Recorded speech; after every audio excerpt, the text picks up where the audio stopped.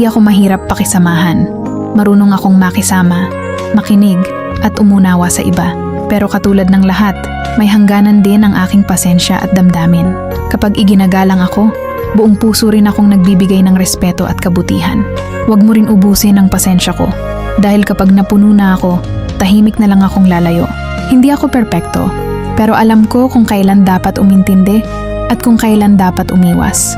Ayokong gulo, gusto ko lang ng payapang samahan na totoo at maayos, kung saan pareho tayong marunong rumespeto. Akala ko sapat na ang pagiging mabuti, hindi pala.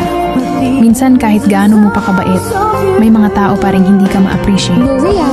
Pero darating ka rin sa punto na maiintindihan mo na hindi mo kailangan pilitin ang sarili mo para tanggapin ka nila. Hindi lahat marunong magpahalaga at hindi mo kasalanan yun. Piliin mo pa rin ang maging mabuti.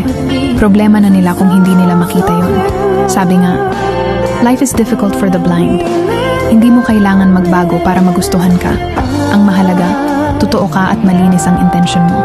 Balang araw, mapupunta ka rin sa mga taong hindi bulag sa pagpapahalaga at kabutihan mo.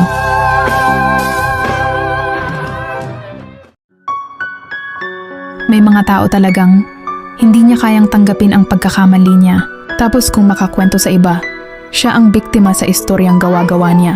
Ang galing magbaliktad, ang husay magmalinis. Lumuluha sa harap ng mga tao. Pero ang kamay, marumit madungis. Ako pa ang naging kontrabida sa istorya niya. Ako rin ang sinisisi sa sugat na siya mismo ang may gawa, ang kapal ng mukha, singtigas ng pader.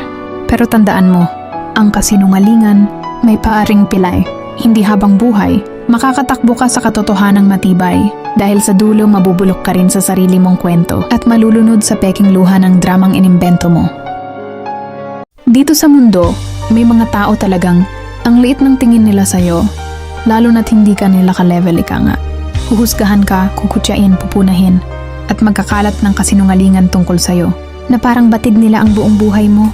Ang ilan ay ngingiti sa iyong harapan, ngunit sasaksakin ka sa likod sa tuwing tatalikod ka na.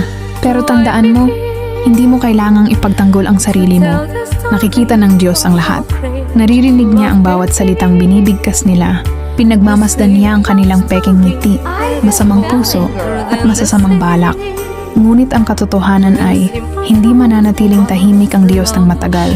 Sasagot siya para sa'yo. Ipaglalaban ka niya. Itataas ka niya sa harapan ng mga taong nagsikap para ibagsak ka. Ang kanilang mga kasinungalingan ay hindi magtatagal.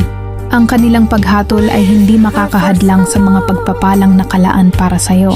Kaya manatili kang nakataas ang noo, manatiling nakatuon, manatiling dalisay. Huwag mong ibigay ang reaksyon na inaasam nila. Ang iyong Diyos, ang iyong tagapagtanggol. At kapag siya ang tumugon, malalaman ng buong mundo na kailanman ay hindi ka nag-iisa.